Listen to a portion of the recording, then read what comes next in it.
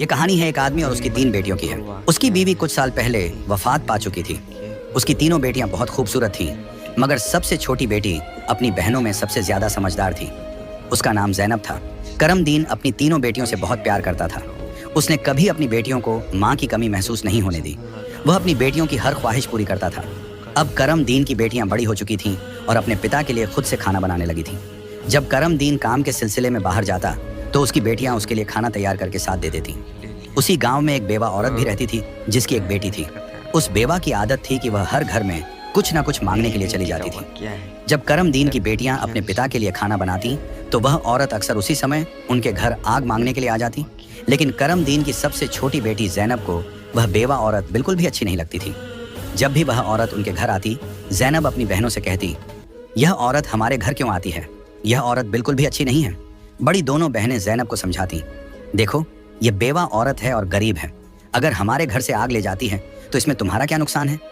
ज़ैनब अपनी बहनों की बातें सुनकर चुप हो जाती, लेकिन वह कहती, देख लेना, यह औरत एक ना एक दिन हम सब के लिए मुसीबत खड़ी करेगी। यह सिलसिला यूं ही चलता रहा। वह औरत रोज उनके घर से आग लेने आती और मौका पाकर करमदीन के खाने में राख मिला देती। करमदीन ने जब अपने खाने में खराबी महसूस की तो उसने सोचा कि उसकी छोटी छोटी बेटियां खाना बनाती हैं, इसलिए उनसे कोई गलती हो जाती होगी। वह अपनी बेटियों से बहुत प्यार करता था और यह बात समझ नहीं पा रहा था कि उसकी बेटियां उसका खाना क्यों खराब कर रही हैं। फिर एक दिन करमदीन ने सोचा, आज मैं अपनी बेटियों पर नजर रखूंगा। आखिर मेरी बेटियां अचानक से मेरे खाने में क्या मिलाने लगी हैं। जब करमदीन की बेटियां खाना बनाने लगीं तो वह छुप कर उन्हें देखने लगा।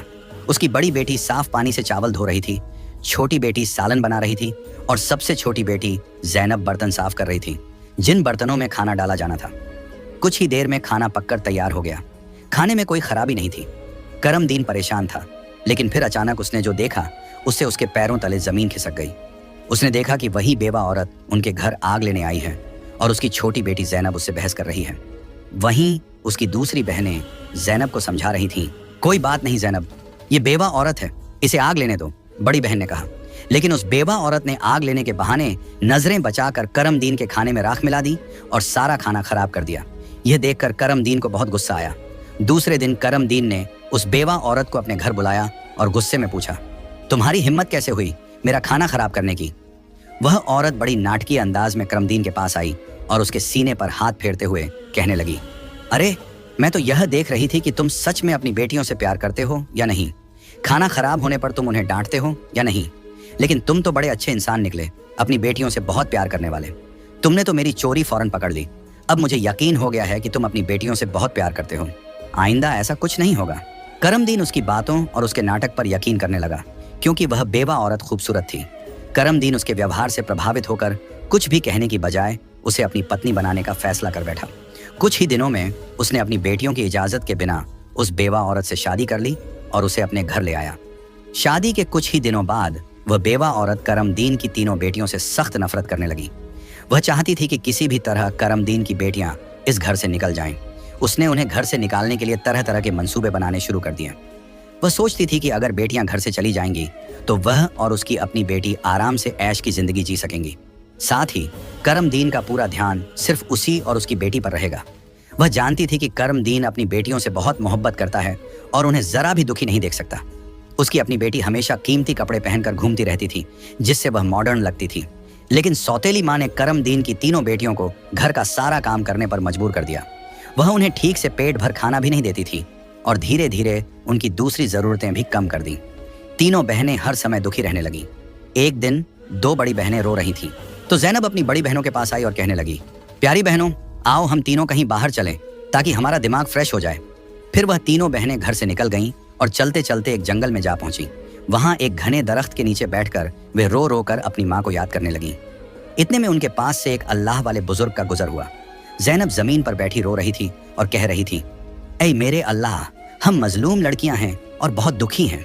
आप देख रहे हैं ना कि हमारी सौतेली माँ हम पर कितना जुल्म करती है। हम कितने दिनों से भूखे हैं। अल्लाह वाले बुजुर्ग पास ही खड़े होकर उनकी बातें सुन रहे थे। फिर वे ज़ैनब से मुखातिब होकर बोले, बेटियों, तुम तीनों यहाँ इस दरख्त के नीचे रोज आती हो, तुम्हें क्या दुख है? तुम मुझे बता सकती हो? ज़ैनब ने रोते हुए अल्लाह वाले बुजुर्ग को सारा वाकया सुना दिया। उनकी बात सुनकर बुजुर्ग को बहुत दुख हुआ। वे बोले, बेटी, यहाँ से थोड़ी दूरी पर मेरी झोंपड़ी है, मैं वहाँ रहता हूँ और इबादत करता हूँ। मेरी झोंपड़ी के बाहर एक अनार का दरख्त लगा है जिस पर पके हुए अनार लगे हुए हैं। तुम जाओ और उस दरख्त से जितने मर्जी अनार तोड़कर खा लो। यह सुनकर तीनों लड़कियां खुशी खुशी उस झोंपड़ी के पास पहुंची। उन्होंने देखा कि दरख्त पर बहुत ही खूबसूरत और रसीले अनार लगे हुए हैं। तीनों ने एक एक अनार तोड़ा और बैठकर मजे से खाने लगी। जब उनका पेट भर गया तो उन्होंने बुजुर्ग का शुक्रिया अदा किया और घर वापस आ गई। इसके बाद जब उनकी सौतेली माँ उन्हें खाना नहीं देती तो वे रोज जंगल जाती और उन अनारों को खाकर अपना पेट भर लेती। धीरे धीरे उन्होंने अपनी माँ का दिया हुआ खाना बिल्कुल छोड़ दिया। अब उनकी सौतेली माँ सोचने लगी, मैं इन लड़कियों को खाने को कुछ नहीं देती, मैं इनसे इतना काम करवाती हूँ, उन्हें जलील करती हूँ, फिर भी इनके चेहरे पर एक अजीब सी चमक है। इनमें से कोई बीमार भी नहीं पड़ती, बल्कि इनकी खूबसूरती बढ़ती जा रही है। और मेरी बेटी जिसे मैं इतना अच्छा खाना देती हूँ वह उनके आगे बदसूरत लगती है। दूसरे दिन जब वह लड़कियां जंगल की तरफ गईं तो सौतेली माँ ने अपनी बेटी को उनका पीछा करने के लिए भेज दिया। जब तीनों लड़कियां अनार तोड़कर खा रही थीं तो ज़ैनब ने अपनी सौतेली बहन को देख लिया। उसने बाकी बहनों से कहा, यह लड़की हमारा पीछा कर रही है, मैं इसे यहाँ से भगा देती हूँ। फिर ज़ैनब ने अपने हाथ में पकड़ा अनार छुपा लिया और बोली, अगर यह सब कुछ अपनी माँ को बता देगी तो यह हमारे लिए परेशानी का कारण बन सकती है। लेकिन ज़ैनब की दूसरी बहनें बोली, ज़ैनब तुम कैसी बातें कर रही हो, यह बेचारी बेकसूर है। ज़ैनब की बड़ी बहनें बोली, हमारी सौतेली माँ तंग करती हैं, ये तो हमें कुछ नहीं कहती। इसके बाद तीनों बहनों ने अपनी सौतेली बहन को पास बिठाया और उसे एक अनार पकड़ा दिया। लेकिन सौतेली बहन ने अनार नहीं खाया और जल्दी से अपनी माँ के पास जाकर कहने लगी, माँ वे लड़कियां भूखी नहीं रहती, वे तो जंगल में एक दरख्त से अनार तोड़कर खा लेती हैं। उसी दरख्त के पास एक बुजुर्ग भी इबादत कर रहे थे और उन्होंने भी उन्हें रोकने की कोशिश नहीं की। यह सुनकर सौतेली माँ को बहुत गुस्सा आया। वह सोचने लगी, मैं इन लड़कियों को अनार खाने से कैसे रोकूं? पूरा दिन वह गुस्से में ही रही। जब शाम को करमदीन काम से घर वापस आया तो उसने अपनी बीवी को परेशान देखा। वह बोला, तुम्हें क्या परेशानी है, क्यों इतनी उदास बैठी हो? वह कहने लगी, मेरे सिर में बहुत तेज दर्द है और यह किसी दवा से ठीक नहीं होगा। करमदीन ने पूछा, तो फिर कैसे ठीक होगा? वह तुरंत बोली, जंगल में एक अनार का दरख्त है जिस पर लाल लाल अनार लगे हैं। अगर तुम उस दरख्त को जड़ से कटवा दो और उसकी जड़ें उबालकर दवा बना लो और मेरे माथे पर लगाओ तो मेरा सिर दर्द ठीक हो सकता है। करमदीन ने कहा, बस इतनी सी बात। फिर उसने कुछ आदमियों को बुलाया और उन्हें पैसे देकर कहा, जंगल में एक अनार का दरख्त है, तुम लोग उसे जड़ से उखाड़ फेंको और उसकी जड़ें मुझे लाकर दो। कुछ ही घंटों में वे आदमी उस दरख्त को जड़ से उखाड़कर उसकी जड़ें करमदीन के पास ले आए। करमदीन ने जल्दी से आग जलाई और उन जड़ों से दवा बनाकर अपनी बीवी के माथे पर मलने लगा। थोड़ी ही देर में उसकी बीवी कहने लगी, अब मुझे आराम है। अगले दिन जब तीनों बहनें जंगल गईं तो उन्होंने देखा कि अनार का दरख्त किसी ने जड़ से उखाड़ दिया है। यह देखकर वे बहुत परेशान हो गईं और सोचने लगी, अब हम क्या खाएंगे? तभी वे तीनों लड़कियां वहीं बैठकर रोने लगी। उनके रोने की आवाज सुनकर अल्लाह वाले बुजुर्ग अपनी झोंपड़ी से बाहर आए। वे समझ गए कि लड़कियां क्यों रो रही हैं। वे बोले, इसमें रोने की क्या बात है, अल्लाह तुम्हें इससे भी बेहतर कुछ देगा। फिर अल्लाह वाले बुजुर्ग ने अपनी उंगली से जमीन की तरफ इशारा किया और वहां पर एक छोटी सी नदी बन गई जिसमें पानी की जगह दूध बह रहा था। उन्होंने उन लड़कियों को एक मिट्टी का प्याला दिया और कहा, जहां से जितना मर्जी हो दूध पियो। लड़कियां बहुत खुश हुईं और मिट्टी के प्याले में दूध भरकर पीने लगीं। जब उनका पेट भर गया तो वे बुजुर्ग का शुक्रिया अदा करके घर वापस आ गईं। इसके बाद उनका रोज का यह मामूल हो गया कि वे तालाब के पास जाती और मिट्टी के प्याले में दूध भरकर पी लेती। उनकी सौतेली माँ उनकी सेहत देखकर हैरान थी। उसने अपनी बेटी को बुलाया और कहा, मैंने तो जंगल से अनार के दरख्त का नामो निशान मिटा दिया था, फिर भी इन लड़कियों की सेहत पर कोई असर नहीं पड़ा। मैं तो इन्हें पेट भर खाना भी नहीं देती, आखिर ये ऐसा क्या खा रही हैं जिससे इनकी सेहत इतनी अच्छी हो रही है? उसने अपनी बेटी से कहा, इनका पीछा करो और पता लगाओ कि ये क्या खाती हैं। लड़की फिर से अपनी बहनों का पीछा करते हुए जंगल में गई। जब तीनों मिट्टी के प्याले से दूध पी रही थीं तो ज़ैनब ने पीछे मुड़कर देखा। उसने अपनी सौतेली बहन को चुपचाप खड़ा देखकर बाकी बहनों से कहा, देखो ये लड़की फिर हमारा पीछा कर रही है। ज़ैनब ने अपनी बहनों से कहा, तुम लोग जल्दी उठो और इसे यहाँ से भेजो, क्योंकि अगर इसने हमारे तालाब को देख लिया तो यह घर जाकर सब बता देगी और फिर घर में हंगामा खड़ा हो जाएगा। लेकिन ज़ैनब की बड़ी बहनों ने उसे डांटते हुए कहा, तुम्हारा आखिर मसला क्या है? माना कि हमारी सौतेली माँ हम पर जुल्म करती है, लेकिन इसमें इस बेचारी का क्या कसूर? ज़ैनब यह सुनकर चुप हो गई। इसके बाद तीनों ने अपनी सौतेली बहन को नदी के पास बिठाया और मिट्टी के प्याले में दूध भरकर उसे दिया। उस लड़की ने दूध पिया और जल्दी से अपनी माँ के पास पहुंचकर तालाब और दूध वाली पूरी बात बता दी। सौतेली माँ को यह सुनकर बहुत गुस्सा आया। उसने अपने गांव के कुछ आदमियों को बुलाया और कहा, तुम जितने पैसे चाहो मैं तुम्हें दूंगी, लेकिन तुम्हें जंगल में जाना होगा। वहां एक बुजुर्ग की झोंपड़ी और तालाब है। तुमने वो झोंपड़ी खत्म कर देनी है और तालाब में मिट्टी डाल देनी है। बदले में तुम्हें बहुत पैसा मिलेगा। कुछ ही देर में वे आदमी उसकी मर्जी के मुताबिक सब कुछ करके लौट आए। वह औरत अब बहुत खुश थी। अगले दिन जब तीनों बहनें जंगल में गईं, तो उन्होंने देखा कि वहां ना तो तालाब है और ना ही बुजुर्ग की झोंपड़ी। यह देखकर उन्हें पहाड़ जैसा दुख हुआ। वे वहीं बैठकर रोने लगी और भूखी प्यासी अपने घर लौट आईं। उनकी सौतेली माँ यह देखकर बहुत सुकून महसूस कर रही थी। एक दिन वह फिर बीमारी का बहाना बनाकर लेट गई। शाम को जब करमदीन घर आया तो उसने अपनी बीवी को प्यार से कहा, चाहे मेरा सब कुछ बिक जाए, लेकिन मैं तुम्हें कुछ नहीं होने दूंगा। तुम्हारा इलाज सबसे अच्छे डॉक्टर से करवाऊंगा। लेकिन उसकी बीवी कुछ और ही चालें चल रही थी। उसने कहा, आपको इतना कुछ करने की जरूरत नहीं है। मेरी जिंदगी बचाने के लिए बस एक छोटा सा काम करो। करमदीन बोला, जल्दी बताओ क्या करना है, मैं वही करूंगा। उसकी बीवी बोली, तुम अपनी तीनों बेटियों का खून निकालकर मेरे हाथों और पैरों की हथेलियों पर मल दो, तभी मैं ठीक हो सकती हूँ। यह सुनकर करमदीन की आंखों में आंसू आ गए, क्योंकि वह अपनी बेटियों से बेहद मोहब्बत करता था। वह चुपचाप कमरे से बाहर निकला और अपनी बेटियों को ढूंढने लगा, लेकिन बेटियां घर में नहीं थीं। वह परेशान होकर उन्हें ढूंढते ढूंढते कब्रिस्तान पहुंचा। वहां उसने देखा कि उसकी तीनों बेटियां अपनी मां की कब्र के पास बैठकर रो रही हैं। यह देखकर करमदीन का दिल कांप गया। एक तरफ उसकी बीवी की ख्वाहिश थी और दूसरी तरफ उसकी बेटियों की जिंदगी। करमदीन को समझ नहीं आ रहा था कि वह क्या करे। उसने सोचा कि उसकी बीवी उसकी बेटियों से कभी खुश नहीं होगी और उसकी बेटियां अपनी सौतेली मां के साथ खुश नहीं हैं। इसलिए उसने फैसला किया कि बेटियों को कहीं दूर ले जाएगा। उसने अपनी बेटियों को गले लगाया और कहा, ऐ बेटियों, तुम क्यों परेशान होती हो? मैं तुम्हें कहीं और ले चलता हूँ। वह अपनी बेटियों को एक घने जंगल में ले गया। वहां उसने मिट्टी का चूल्हा बनाया और बेटियों को खाना बनाकर खिलाया। जब बेटियों ने पेट भरकर खाना खा लिया तो वे एक दरख्त के नीचे सो गईं। करमदीन ने अपनी बेटियों को वहीं सोते हुए छोड़ दिया और वहां से भाग गया। उसके दिल में यही ख्याल था कि कम से कम मेरी बेटियां जिंदा तो रहेंगी और अपनी सौतेली मां के जुल्म से बची रहेंगी। रास्ते में उसने एक हिरण का शिकार किया और उसका खून लेकर अपनी बीवी को दे दिया। उसकी बीवी ने वह खून अपने हाथों और पैरों पर लगाया और खुश होकर कहा, अब मुझे आराम है। उसे यकीन हो गया कि करमदीन ने अपनी बेटियों को मार दिया। दूसरी तरफ जब तीनों बहनें जागीं तो उन्होंने देखा कि उनका बाप उन्हें छोड़कर जा चुका है। वे अपने बाप को पुकारने लगीं। जंगल में जंगली जानवरों की आवाजें सुनकर वे डर गईं और रोने लगीं। इत्तेफाक से उसी जंगल में 3 दोस्त शिकार के लिए आए थे। जब वे शिकार करके लौटने लगे तो उनमें से एक दोस्त, जिसका नाम नासिर था, कहने लगा, मुझे लगता है, नासिर ने कहा, यहाँ कोई मुसीबत में है। क्या तुम लोग किसी के रोने की आवाज नहीं सुन रहे? मुझे तो किसी के रोने की आवाज आ रही है।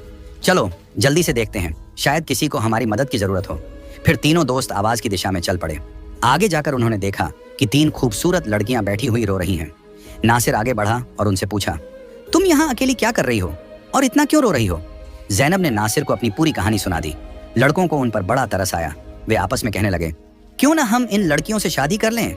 इन्हें एक छत मिल जाएगी और हमारी जिंदगी भी सुकून से गुजरने लगेगी। फिर उन तीनों लड़कों ने उन तीनों लड़कियों से शादी कर ली। ज़ैनब की शादी नासिर के साथ हो गई। संयोग से उन तीनों दोस्तों के घर पास पास थे। तीनों बहनें खुशी खुशी अपने अपने घरों में रहने लगीं। 1 साल के बाद ज़ैनब के घर में बेटे की पैदाइश हुई। ये देखकर नासिर के दोस्त और ज़ैनब की बहनें बहुत खुश हुईं। धीरे धीरे ज़ैनब का बेटा 2 साल का हो गया।